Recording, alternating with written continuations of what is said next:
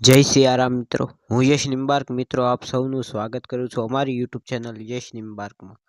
મિત્રો, આજના આપણા વિડીયોમાં આપણે જોવા જઈ રહ્યા છીએ મેષ રાશિનું આવનારા જાન્યુઆરી મહિનાનું રાશિ ભવિષ્ય.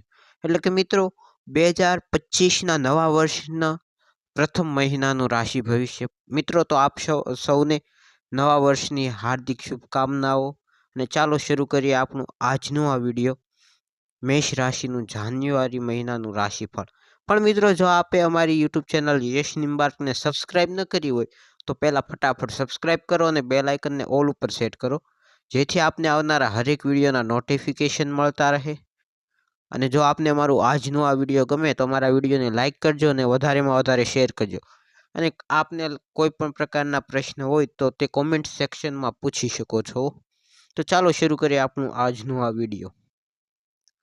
તો મેષ રાશિના જાતકો, વર્ષ 2024ની તુલનામાં 2025 તમારા માટે મિશ્રિત પરિણામના સંકેત આપી રહ્યું છે. નોડેલ ગ્રહ રાહુ અને કેતુ આ મહિને તમારા 12મા અને 6ઠ્ઠા ભાવમાં રહેશે. 12મા ભાવમાં રાહુની હાજરી તમારા જીવનમાં અચાનક ખર્ચ વધારી શકે છે.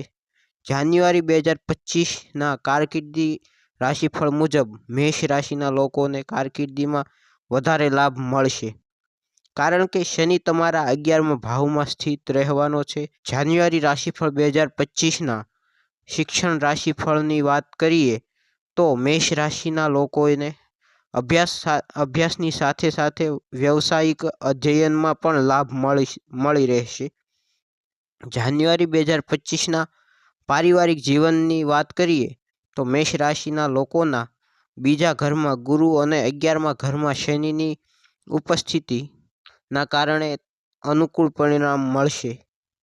2025ના પ્રેમ અને લગ્ન જીવનના રાશિફળની વાત કરીએ તો આ મહિને સારા પરિણામ મળવાની ઉચ્ચ સંભાવનાઓ બની રહી છે, કારણ કે ગુરુ બીજા ભાવમાં સ્થિત થશે.